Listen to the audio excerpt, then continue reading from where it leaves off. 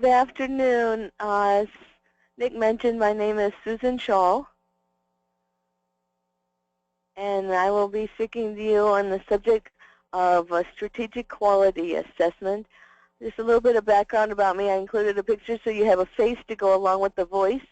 I am the founder and operations leader of SOS Consulting, and we work with small manufacturers. We've had clients in the chemical, food and beverage, automotive, industrial supply, higher education, and printing industries. I am an ASQ certified quality engineer and manager of quality and organizational excellence and a Six Sigma Master Black Belt. I have been honored to serve as a Malcolm Baldrige examiner twice in 2006 and 2008. I have worked primarily in the chemical industry, but have had process improvement and leadership roles at R. Donnelley, General Electric Lighting, DuPont, and Eastman Kodak. I am a Penn State industrial engineer and the founding member of the Northern Shenandoah Valley of ASQ. I'm currently serving as our treasurer, and I'd like to take this opportunity to invite you to any of our meetings. We have monthly meetings. They're generally on the third Monday evening of the month in Winchester, the Holiday Inn in Winchester, right off of Interstate 81.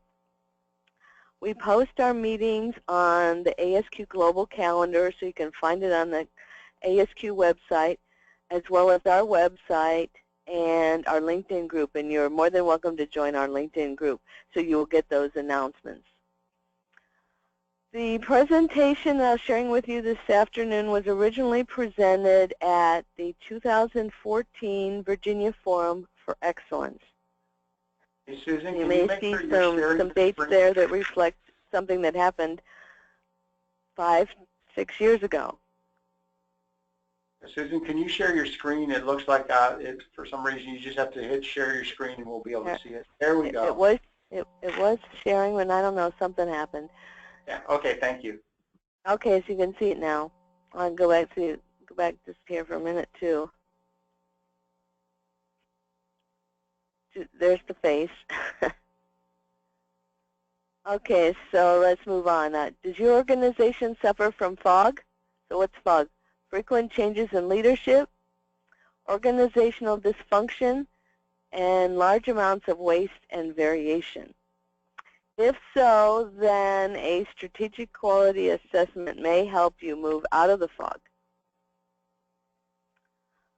The objectives for the presentation today are threefold. First, to share what a strategic quality assessment is and the steps to conduct it.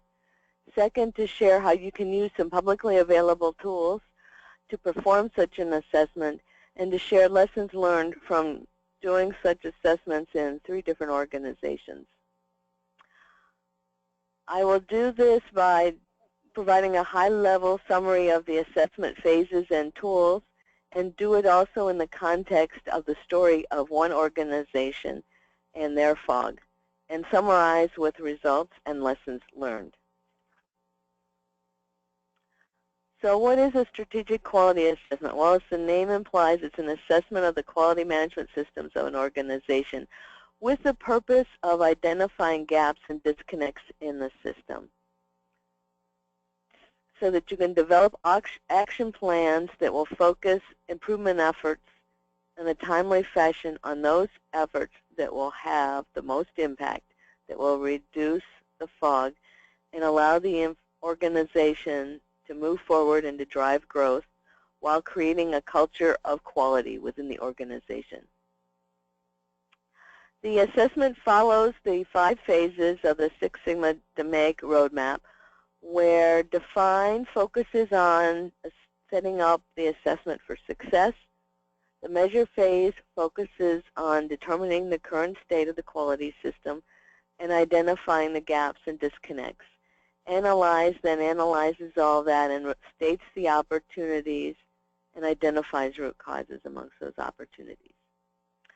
The improve phase identifies and tests solutions to address those opportunities and presents them to leadership. The control phase then is creating and communicating and implementing the action plans. There are 3 numbering is a little off there, sorry. There are 3 assessment outcomes. First, strategic alignment. There may be projects currently in play within the organization that need to be reprioritized or redefined in context of the opportunities that are identified. Perhaps restaffing, new staffing, moving people around into different roles, or redefining their roles. Training and metrics or key performance indicators that need to be put in place. Second is some breakthrough projects, and generally those are in the order of 3 to 5, no more than 5. And those are typically things that need some root cause analysis and more detail done, or require product and or process design. And the third outcome, and from my perspective the most important outcome, is the creation of a roadmap for leading a culture of quality within the organization. The assessment, as I will describe it to you, was initially developed and evolved in 2 assessments that we participated in a large global chemical company that had a robust ISO 9000 and Six Sigma culture, but a strong avoidance of the Malcolm Baldrige Performance Excellence framework, which meant we had to be very careful about the language that we used and the tools that we used, that we didn't reference the Malcolm Baldrige criteria at all. The first assessment was conducted in 2006, and it was the assessment that developed the framework. It was done in an electronic materials business that had a large global footprint with facilities in 11 different countries. The fog that they were experiencing was that there were actual changes in operations and quality leadership. In fact, when we started the assessment, they didn't have anyone in the quality role. They had not been able to fill that position for over a year. I guess the word got out around the corporation that it wasn't a good place to work, and they hadn't been able to fill that role. Operations was more or less treated as a stepchild. They were not integrated in any way, shape, or form into the business strategy. And high yield losses, which resulted in the loss of customers. And what we found through the assessment and meeting with sales folks that directly interfaced with customers was that their large customers were designing their materials out of their new products, that they were so disappointed in the quality of the products that they were receiving, they were designing them out. The overall impact was that the business unit was unable to deliver their short-term revenue targets and grow in the marketplace. In fact, they were one of a handful of businesses within this larger company that was on the block to be sold. Second assessment in the same organization but a different business unit was where the tools were really formalized and designed. This is a printing materials business with a much smaller footprint. They had 3 manufacturing sites, 2 in the U.S. and 1 in Europe. Their fog was that they had a recent turnover of the entire executive leadership team. The corporate leadership had so little confidence in the previous leadership team that they had completely placed everyone. So a new group that really had never worked with one another before, and some of them were in their first leadership roles ever, and they were new, completely new to this product line. And there was a lack of cooperation between functions and with critical vendors. They had 2 or 3 critical vendors that there was a love-hate relationship with. And they had like monthly quality events where there would be a disruption in the process that would either prevent them from getting product out the door or resulted in recalls. And that was happening on a monthly basis. They had also in the previous 12 months launched 2 new products that were unsuccessful in the marketplace. The impact here was that they had lost their position in the market, their leadership position within the marketplace. But these 2 formed the foundation on which the third assessment that will be the story I share with you today was based. So our third assessment and the story that I will share today is conducted in the summer of 2011 at a small specialty chemical company located in Kansas. I will call them XY for the purposes of having a name today, but protect the identity. They had approximately 300 employees at three sites, and that was a manufacturing facility, their corporate headquarters and R&D, and a shipping facility. The company leadership at that time saw the value that they provided the market was in their product formulation and the marketing of that formulation. Now, they didn't sell their formula to anybody else to make, but they saw the value that they created was in that product formulation, not the actual physical sale of a physical product, which was really kind of interesting. But as I dug into the history of the organization to understand this mindset, turns out that the company was started in the late 60s by 4 men that had served in the military together and had a love for chemistry and a love for automobiles. And after their military service was complete, they wanted to work together, so they decided they would start a company where they would design chemicals that could be used in performance enhancement and repair of automobiles. They never had any intention of manufacturing, just developing formulations and then selling, getting someone else to make it for them, toll manufacturing, and then selling it through a dedicated distributor network. So they didn't plan on being salesmen either. They still viewed their distributors as their customer. They really didn't think about or have any interaction with the end customer, the individuals that used their chemicals. They were preparing in 2011 to design and build and start a second manufacturing facility about 30 miles from their existing facility. I was actually brought in or introduced to this company by a former colleague of mine from DuPont who had done some supply chain work with them the year before. And he clued me in that they really had little technical competence in quality, that the quality manager was new to the organization and in his first quality role ever. In talking to the senior leadership, I diagnosed their fog as they'd had frequent changes in operations and quality leadership, again, mostly because they'd never had the mindset of being manufacturers, and so they had a lot of turnover in leadership in operations and in quality as a result of that. The president was new in his role. He had been a distributor for the organization for about a decade, was brought in as president only about 10 months before this assessment. He had only a sales background. Manufacturing, quality, was all new to him. It was obvious just from the phone conversation, from the tension that you could feel over the phone and their voices with it, that there was intense conflict between the functions, and that primarily existed between technology, what they called technology, which was R&D, and operations.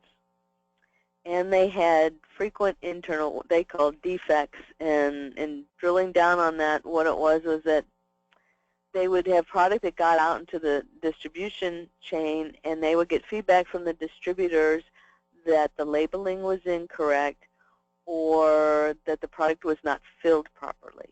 Either it was too light or it had product spilled all over and it was sticky and difficult to handle and to sell. So they were more or less physical defects that resulted in a poor relationship between some of their distributors and the rest of the organization. So just kind of a funny picture to talk about their view of their value in the marketplace. There was no concept that the quality and product value was down on the shop floor in manufacturing. Just no recognition of that. It was the formulation of the chemical. So the recipe was, in their minds, the value that they delivered. Now, walking through the phases, in the defined phase, there are 4 major activities. First was to obtain the voice of leadership. Second, to establish teams involved in the work.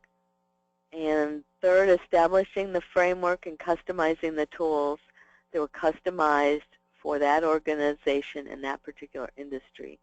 And then to draft a communication plan that communicated to the rest of the organization. What are we doing? Why are we doing it? When's things going to happen? The team, the core team that actually conducted the assessment consisted of myself, the quality manager, and a contract process engineer. In the first two assessments, we had, go back a slide here a minute, we had a project leader that was a certified master black belt or a certified black belt, business unit quality manager, operations manager, and 2 or 3 external quality resources, myself being one of them. But in this organization, there was no depth or breadth of quality. And since there was a lot of conflict between quality and operations,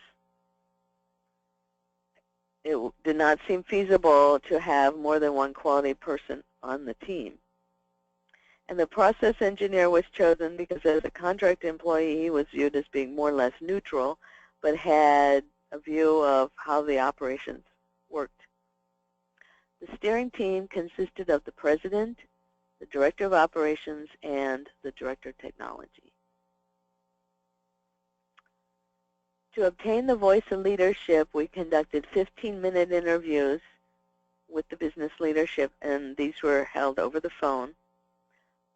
2 key questions. First question, describe the situation that we've been asked to investigate. And second, what does success look like? Well, the answers that we received to those questions were interesting. They really struggled to describe the situation. It was not very precise. I couldn't really derive a problem statement out of any of their responses. And the only thing they could talk about in terms of success was that they could start up the second facility without any quality or supply disruptions. It was clear that there were a lot of fears that they could not start up the second facility without a disruption. And that even if they could, that they would not be able to operate 2 facilities simultaneously given the state of their current quality systems. And that there were 2 camps within the organization. There was the old guard and the new guard. A lot of finger pointing going on as to who was to blame. Was it, everybody was playing the blame game. We used this information then to complete a stakeholder analysis that was very useful in later phases of the process in terms of who within the core team interacted with whom in the organization. So it became very clear that the quality manager needed to be paired with someone else in interviews and other activities because of the tension that there was in the organization. And then to create a communications plan, once again because of the tension within the organization and the lack of clarity within the leadership team of what we've been asked to investigate and what their vision for the future was, it became clear to us as a core team that we needed to draft the communication and then work with the individual leaders to tweak it, to refine it, to reflect their style and their part of the organization, but that they really couldn't express themselves. So we would have to be at the core of doing that work. So what became clear to me is that they were in a dense fog, and it was so dense that they had stopped. And by stopped, I mean that they had put the design of their new facility on an indefinite hold. They were standing still, which confirmed to me that they really needed this assessment. So with that information, we moved into the measure phase to really understand the current state of their quality systems. There are 6 possible activities to conduct during the measure phase: an employee perception survey, a critical to customer survey, and or a market analysis. We had done an internal CTQ survey in both the first and the second assessments, and an external in the second assessment, and a market analysis in the first. But with feedback from the steering team that they did not want us directly interfacing with the distributors because of this fragile relationship that existed, we opted not to do those surveys, but we did gather market analysis information from their marketing group. Also conduct a management system documentation review. They were ISO 9001 registered since 2001, so they supposedly, you would think if they had passed their audits, have a documented system. More about that coming up. We also collected some data and then had more detailed interviews of the entire leadership team across the business functions and processes. And the last phase of the last activity of the measure phase was an on-site evaluation where we went into each of the facilities and interviewed operators, mechanics, lab techs, observed planning and scheduling meetings, those kinds of things.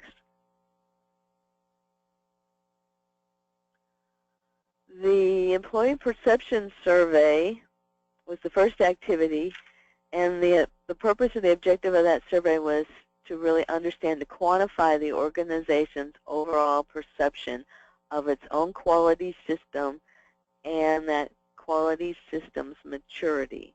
We based the questions on the ISO 9004 self-assessment and a Malcolm Baldrige deployment survey called Are We Making Progress, which is available online. We committed to limit the survey to no more than 25 questions and to deploy it online using a free tool so it wouldn't cost the company any additional money. Now, I don't know if you're familiar with the 9004 self-assessment, but it is represented in the 9004-2009 document as a matrix with 5 levels of maturity in several different categories. So we converted each row in the matrix into a question with multiple choice options that represented the levels. That's one example. Then we took the Are We Making Progress survey that had questions that were more directed at the individual and the individual's role within the organization, and had them on a scale of strongly disagree to strongly agree. And we closed the survey with 2 open-ended questions, questions that I call the magic wand questions. The first question was, the one thing I would like to see changed at XY is, and they were to fill in the blank with anything, no multiple choices. They could fill in with anything they wanted. Second question was, XY's greatest strength is, fill in the blank. We also asked for some demographic information in terms of where the responder fit within the organization. So what function in the organization were they in? And we used that then to segregate the responses by function. This is a sample of the summary of the output for one question. So here that is in a more readable format. You see each row is here a stacked bar by function, and the colors represent the responses to the question, where does XY focus its efforts?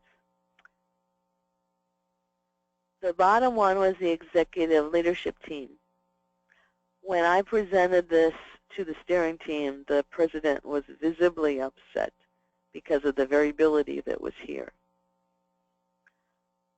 Like 10% of the leadership team chose the second response, 20% the third, 40% the fourth, and about 30% the fifth response. So a lot of variability, and this was highly disappointing to the president.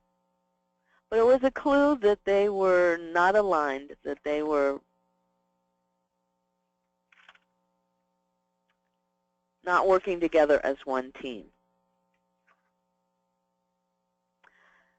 In terms of the magic wand questions, again, lots of variability about what one thing should change, which was a data point for me that if there was a strategy, there was no clear communication of that strategy and what they were working on, where their biggest needs were in the market or internally. But on the strength side, 30% of the respondents identified employees as the greatest strength. So there was agreement, or reasonable agreement on that. We then moved into reviewing the quality management system documentation and asked for these types of documents: the strategic plan, or if they didn't have that, answers to questions that appear in the Malcolm Baldrige Performance Excellence organizational profile. So key strategies, strengths, challenges, SWOT analysis kinds of things. Also current organizational chart so that it was clear who reported to who. Copy the quality manual, quality policy and objectives, job descriptions for key positions within the quality system. Just blew my mind that the quality manager did not have those. But anyways, we also asked for documentation, or I asked for documentation on the last two management reviews, and a description of any improvement methodology or root cause analysis or problem-solving method that they were using as part of their corrective action, preventive action processes. Also asked for key procedures for strategic processes like new product development, their mixing process, their filling process, and procedures that were key parts of the quality management system. You recognize names here of things from the ISO 9000 standard. What became clear pretty quickly was that their documentation was sparse, and that's probably a liberal discussion of that. There was no documented strategic plan. When I challenged the president on this, he said, well, he was new, and he wanted to do that because it was obvious that it had not been done in over 10 years. But he was having challenges getting everyone together to find a day where they could go off-site and they could do some of this strategic work. So no strategic plan existed. And the documentation for the quality system, as well as each of the different critical processes, was a mess. They were stored on shared folders that only the leadership and technical personnel had access to. Found multiple versions of the same document in the folders, so they might be in Word or PDF, PowerPoint, whatever. They were multiple versions in multiple formats. There was no defined hierarchy or approval structure or review structure, no linkages between documents, not even a common format, and really no control, and only limited accessibility in the work areas. If an operator or a mechanic had a question, they had to go to the supervisor and get the supervisor to access the shared folder for them to see any of the documentation. But we estimated, the core team, that the documentation, particularly in the manufacturing areas, mixing and filling, was only 10 to 20% of what the need was. And in the laboratories where they tested the chemistry, they had no procedures of their own. They only used ASTM testing protocols. They did have a fair amount of documentation regarding their environmental health and safety procedures. So I give them credit for that. But nothing in customer service, human resources, marketing, R&D, accounting, or IT. We compared those documents to the standard that they were supposedly already registered to, identify gaps, disconnects, and potential audit findings. Again, it just blew my mind that an auditor came and said they were okay and cited nothing with respect to this documentation. We then scored them against the self-assessment maturity grid and used the Malcolm Baldrige scoring bands for approach, deployment, learning, integration for the process-related documents, and for results, level, trends, comparisons, and integration. You maybe have, some of you have seen that if you've looked at the Baldrige criteria in any degree. The last item that we used was a audit format written by Michael Hammer that he calls the process and enterprise audits. And it's a maturity assessment, again, on how well your processes are defined and then how that relates at a larger enterprise level. We took the results from that and put them in radar charts. Hope you can read those. This one on the left is against the ISO 9004 self-assessment. As you can see, it's pretty low, so very immature quality system. The Malcolm Baldrige scoring, they came out very low on that, with the exception of results. Despite their tension, conflict, and immature quality system, they were making money, and they were respected within the community. So the results came out high. Also, with the Hammer process maturity, it's a scale that rates on a scale of 1 to 5. Low, very low scores there as well. So immature systems is where we were falling out here, and we were beginning to see some gaps in documentation, training, staffing, etc. In terms of data collection, we asked for key performance indicators from the last 2 years. Some things that I call vital signs, things that are measures of 6 essentials for manufacturing competitiveness. Also asked for capability and stability metrics for key product and process dimensions. I asked for this and they all looked at me like I had 8 heads. There was no data collection and analysis on that order. Asked also about customer satisfaction, customer complaints, supplier quality, on-time delivery.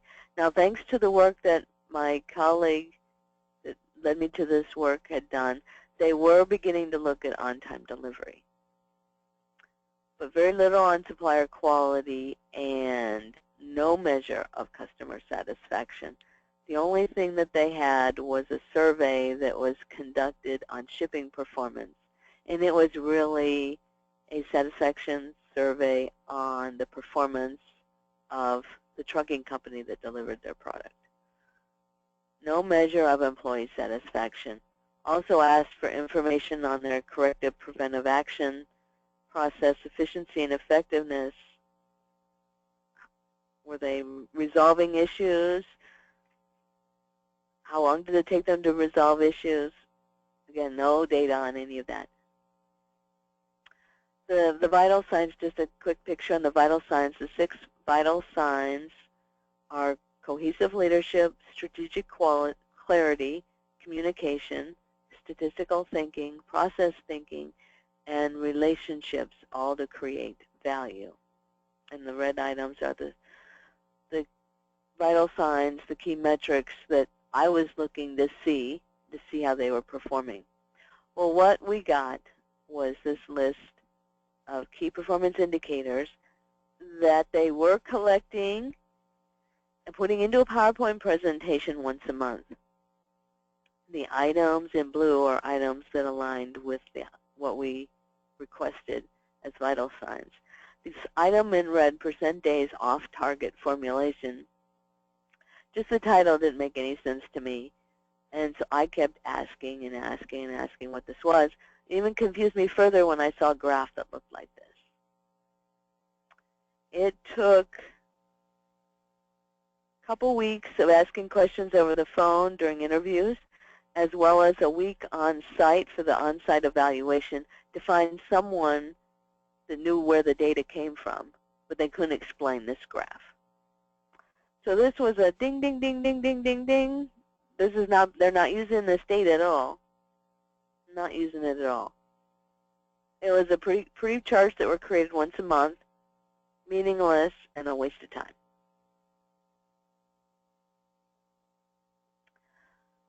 Moving further into the measure phase, conducted interviews with the leadership team. Our objective was to verify and clarify the patterns and the processes and the roles and the perceptions that we'd identified in the survey and in the review of documentation, and to identify additional disconnects between the quality processes and the impact or the consequences of those disconnects in the organization. And a third objective was to be able to capture some quotes that we could include in our final report. We attempted to score each of the interviews. This was something that we had designed and used in the first 2 assessments, but it became clear very quickly in the interviews that I conducted with either the quality manager or the process manager that the leaders struggled to answer any questions that were related to process. Just no process thinking at all.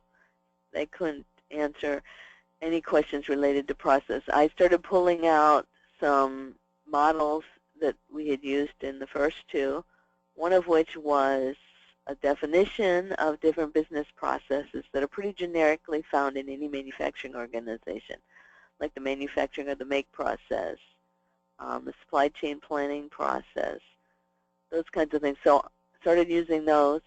Plus, when we talked about relationships and interactions between processes, again, clear that there was no process thinking, I used this little diagram here to show the interrelationships between processes, and that processes on the right-hand side, such as process F, the quality of their work was determined in part by the quality of the inputs that it received from other processes.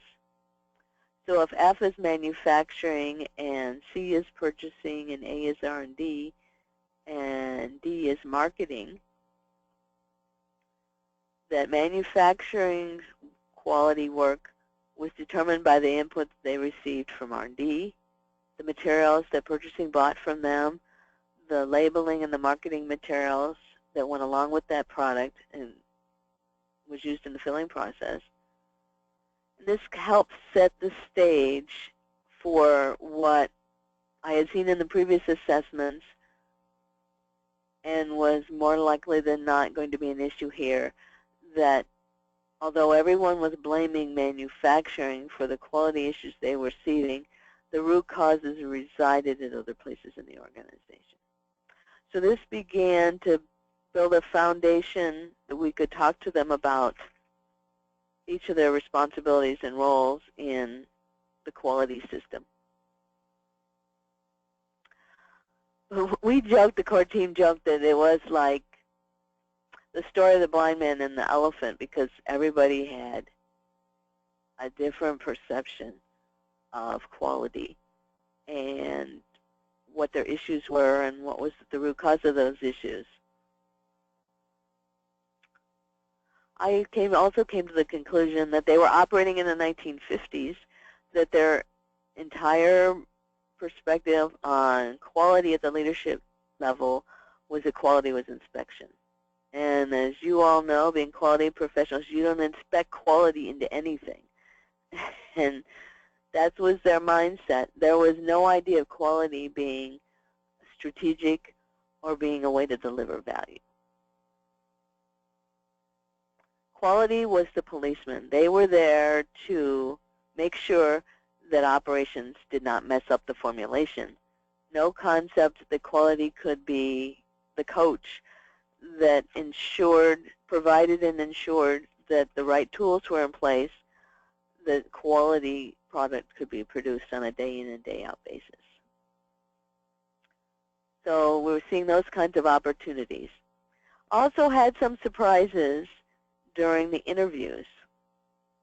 One was that the following week that we were on site together as a team, that they were going to reduce operations from 3 shifts to 2 shifts and only work 16-hour days, and that there was no plan for the 3rd shift quality personnel, meaning the quality manager and the quality part of the organization had not been involved in the discussion at all. They had been left out. Also learned that the new facility that they were planning to build was planned to have double the capacity of their existing facility. Now this made no sense to me. They're reducing operations down from a 24-hour, 5-day-a-week operation down to 16 hours, and they're going to move to a facility that has twice the capacity. That means they're only going to use a third of the new facility. They were taking on a lot of debt. To be able to do that just made no sense to me. So actually one morning I went in early and asked the president if I could talk to him, and we sat down and had a heart-to-heart conversation dialogue, and I learned that there was no data to support having a new facility other than it would give them some more space to grow. The executive leadership team did not support it. None of them were for it, which also made it easy for them to put everything on hold and to just stop. The employees were not happy about it because it meant that their jobs were moving 30 miles away. And in drilling down with the president on that, it turns out that a member of the family of one of the original founders that was serving on the board was really pushing for this new facility to have it built in the town where he owned a lot of property. So it was purely a political decision and for the benefit of an individual on the board. President kind of felt powerless to change this and a little trapped, I guess I would say. Although he didn't use those words, that was the body language that I got from him. Our last activity was the on-site evaluation. And once again, it was to verify and clarify the findings that we had from surveys, the documentation, the data or the lack of data, and the leadership interviews. Also to assess the work environment and the deployment of any strategies and of the quality management system in the daily work. And perhaps to identify things that were only observable by being on site. It was also an opportunity to evaluate operational discipline. Operational discipline is the deeply rooted dedication and commitment by every member of the organization to do the right things right every time.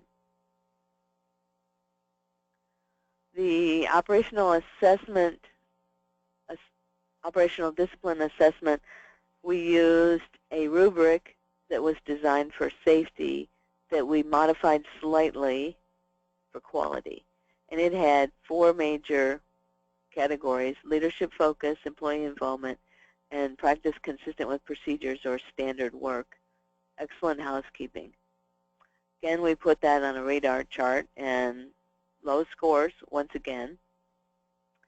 In contrast to the second assessment, where there were 3 manufacturing facilities, and these represented by these 3 different colors, and 2 of those facilities had relatively high scores in at least 2 of the categories.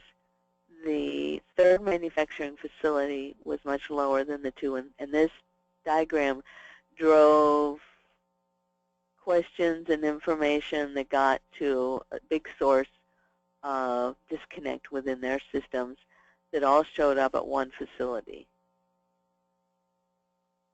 We also had some additional observations that didn't come out through the survey or the documentation. And the quality manager and the process engineer, they knew about these things, but since they saw them every day, they didn't think twice about them. First was that there was a large, high bay storage room that was filled to the gills, floor to ceiling, with product that they could not agree was good or was bad. A lot of money sitting in that room. Second, the weigh scales that were important to fill weight, that was an ongoing battle with their distributors, were moved around to different filling lines day by day. You never knew that you had the same scale from one day to the next. The mixing was all done manually. It was manually controlled, which meant that there was a lot of variation from batch to batch. Lastly, the product specifications were all theoretically calculated. Nothing was based on any kind of testing or pilot runs. Again, lots of variation, lots of opportunity for variation to come into play here. So we had lots of information, lots of data in the measure phase, and we went into analyze with the objective of making some sense of that so that we could identify some key areas to focus in on. Core tools for doing that are in our quality toolkit was affinity analysis, cause and effect diagram, and interrelationship diagram.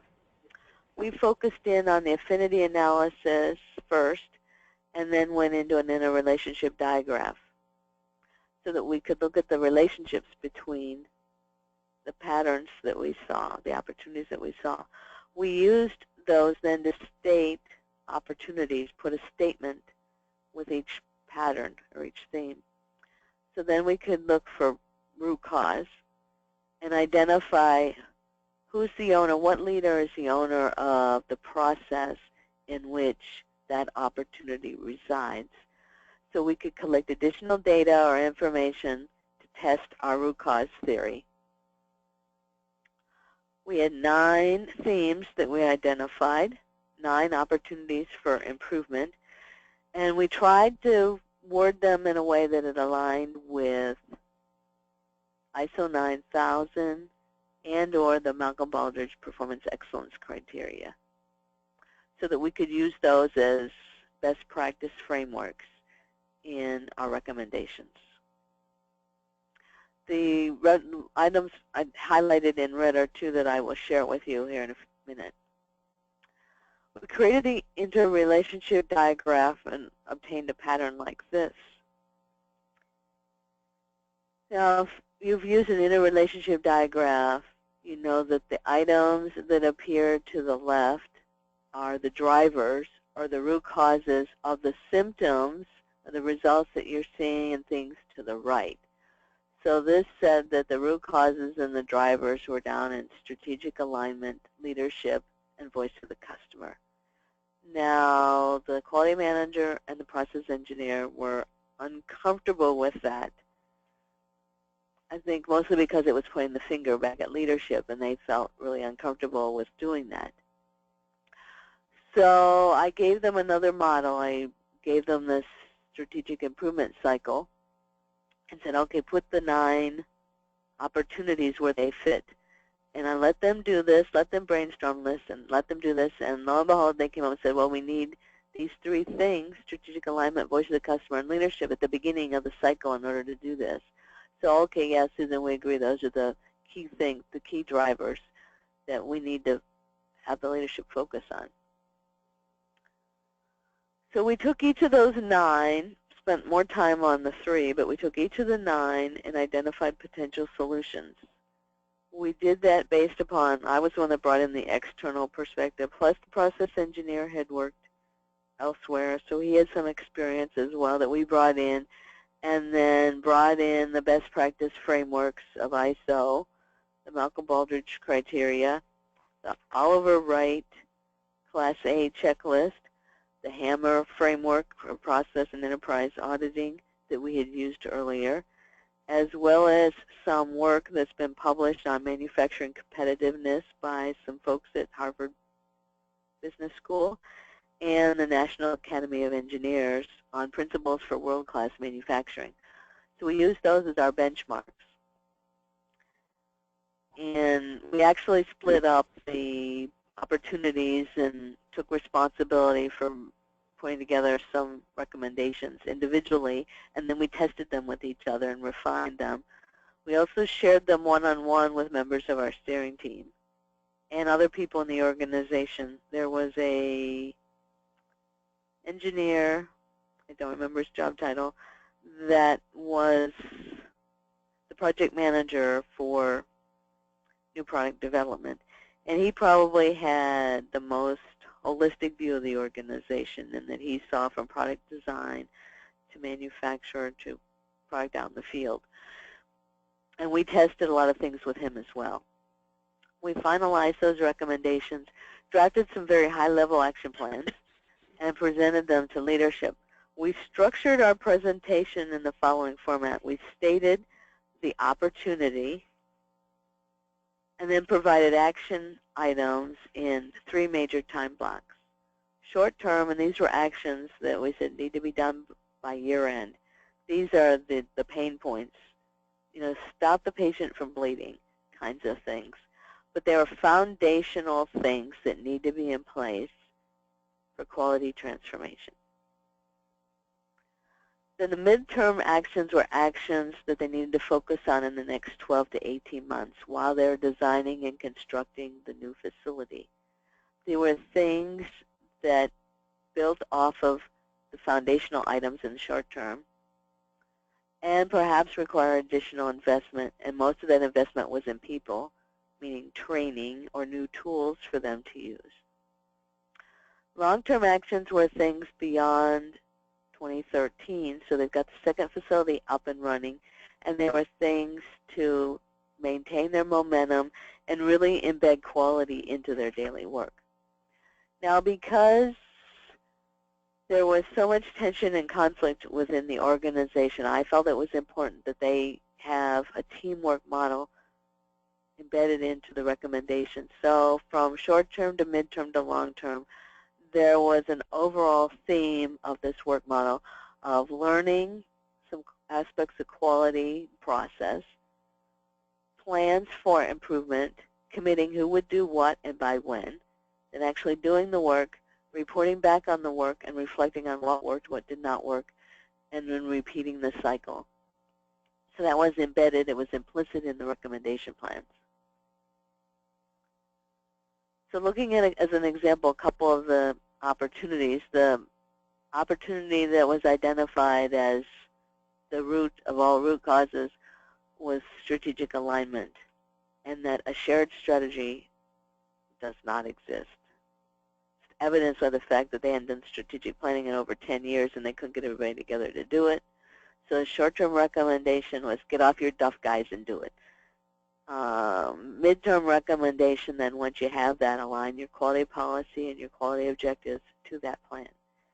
And revisit your key performance indicators, redefine them, and really review them and use them and drive action based upon those results.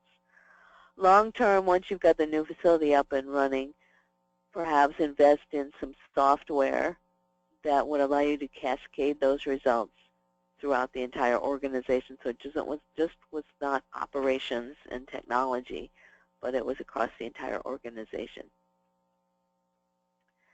Leadership, the opportunity there stated was that systems to focus and enable improvement were missing. No clear ownership or accountability for such systems, and that the lack of trust and credibility between operations and technology limited this dialogue and improvement. So short-term, operations and technology, you got to work through this, develop a shared vision, and to do that, you probably have to have a code of cooperation, determine how you're going to work together and who's responsible for what. And use that to identify and prioritize 3 joint action items for resolution before year end. And we recommended that they choose amongst the other opportunities that were to the right of the chart, of the diagraph, as pain points.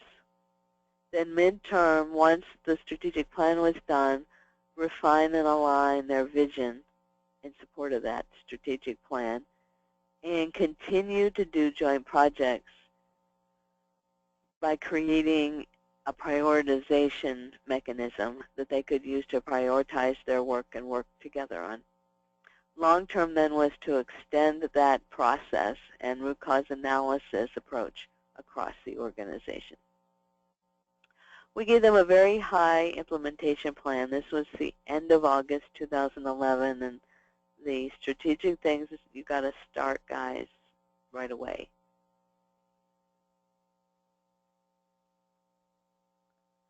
Timing-wise, the timing that's here represents all three of the assessments that we've conducted. The max and min range, the min range represents what was done in this third assessment with XY, and that totals up to be 14 weeks. So a little more than 3 months, a little less than 4.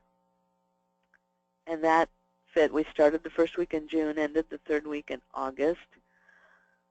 The longer time frames here were what we experienced in the first and the second assessments, because keep in mind we were developing the framework and the tools.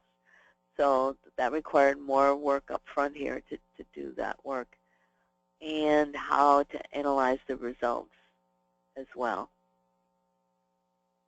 But still within 3 to 6 months, an assessment of this magnitude can be accomplished. So what results did our company XY achieve? Short term, they implemented the short-term action plans within 6 months after the final the recommendations of the team. They did have a delay start at the end of 2000. They didn't start right away in September, partly because after participating in this work and helping to develop the recommendations and seeing the magnitude of what needed to be done and his lack of quality experience, the quality manager left the organization. So that put a hold on work getting started in terms of joint efforts. But during that time frame, the executive leadership team agreed to move operations, to move quality that was in reporting to R&D into operations, thus reducing some of the us versus them mentality and fighting that was going on.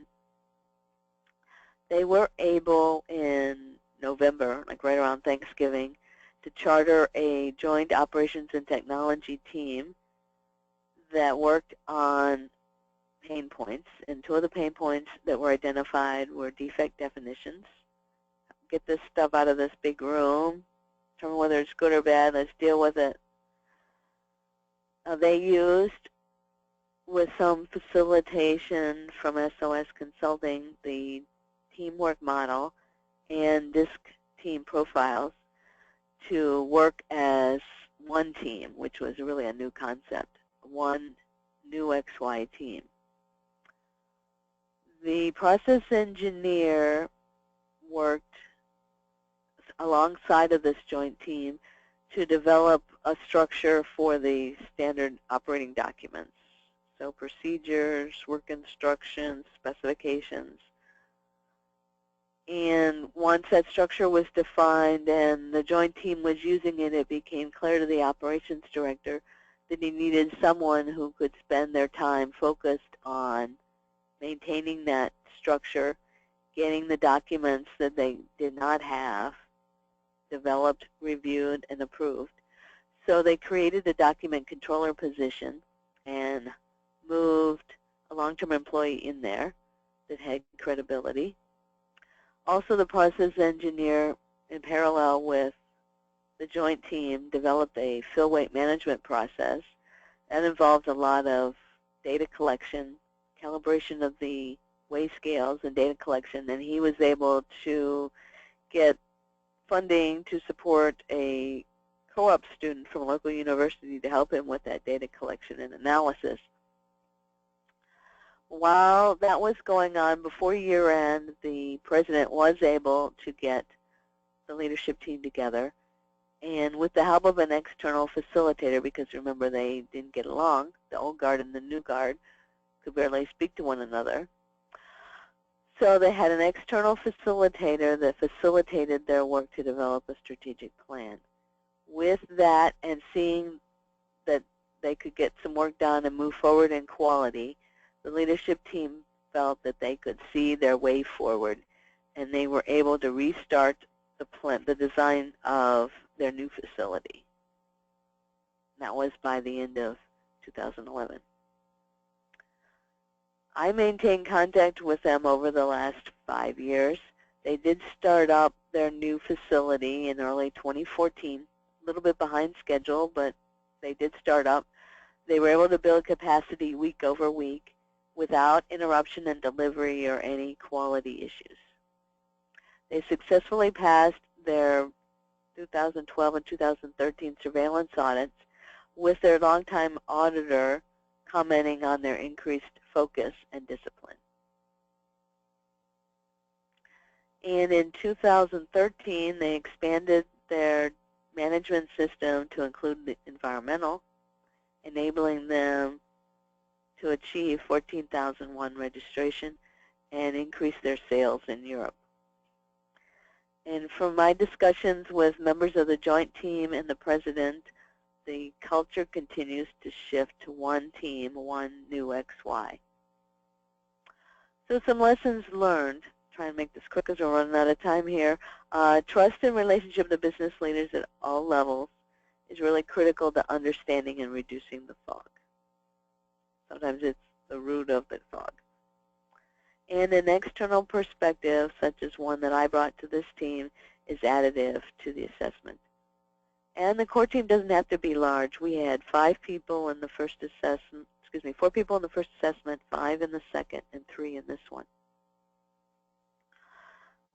And using some models that can easily and quickly explain some key things like process thinking, help to create a non-threatening environment and allow you to ask questions at a level that allows the leadership team and others in the organization to open up and to see patterns that they're just blind to. The Six Sigma DMAIC framework was very useful as it provided a structure for us to work within.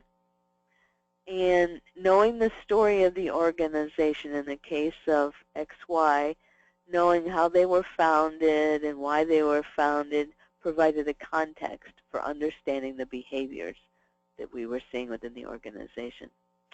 And in hindsight, the lack of data on the vital signs was a big clue to what was going on in the organization or not going on. And had we had that and had it earlier in the assessment process, it may have reduced the time that we spent on the assessment. So, summary, you can do an assessment of your quality management system to drive out the fog in your organization and then move the organization forward to improve growth. Some key elements to doing that: surveys, interviews, site observation visits, data, action planning, so that you can create a roadmap for driving out not only the fog, but moving forward together to create a culture of quality.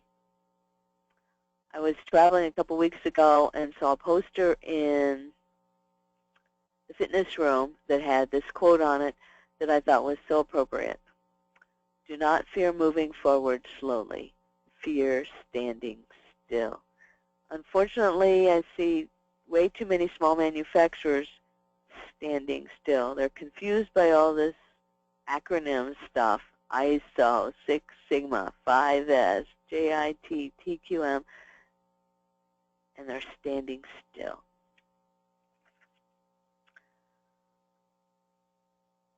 We at SOS Consulting have embedded that into our program that we call Compete. So we've embedded this assessment work into the first couple phases of our program. and made it a permanent piece of our work. And thanks for you sticking around through this presentation. I'd like to offer you 2 free things. First of all, we have a white paper, Vital Signs of Essentials of Manufacturing Competitiveness, that we'd like to share with you, as well as if you're interested in doing an assessment and you want to see if you're ready to move into that in terms of your vital signs, happy to spend 30 minutes with you strategizing on that. And if you're interested, send me an email and put in the subject line, vital signs. Get right back to you. So what questions do we have? If anybody's got a question, the easiest way to get it answered is to go ahead and put it in the chat box. That way Susan can look at it and see if there's anything. I just want to make one other comment is, although we've only done this in manufacturing, I think the tools and the process apply broadly, that they could be done in more service-oriented organizations, healthcare, education, insurance, banking, and in nonprofits. So just don't think that this applies only to manufacturers.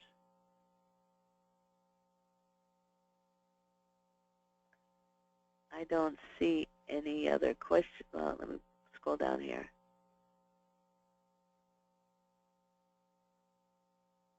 There's one from, there's actually a couple of them. From Thomas, H. Thomas. I was wondering if the organization had was certified but did not have the supporting documentation. Was this reported to the certifying body? Ooh. After presenting the results to the steering team and showing our radar charts about the immaturity of the quality system, of course they were puzzled by that. I mean, we're registered, Susan. Why? I said, well, registration does not mean you have a mature system. And in talking further to the operations director after quality reported to him, found out that the auditor that they had chosen had no experience in the chemical industry.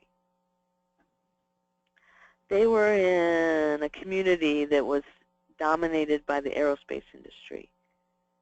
And that's what auditors were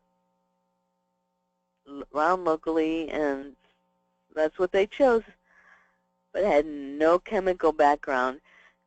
And so I honestly believe that she didn't have the background to be looking for what she was supposed to be looking for, and gave them the benefit of the doubt without really looking for objective evidence.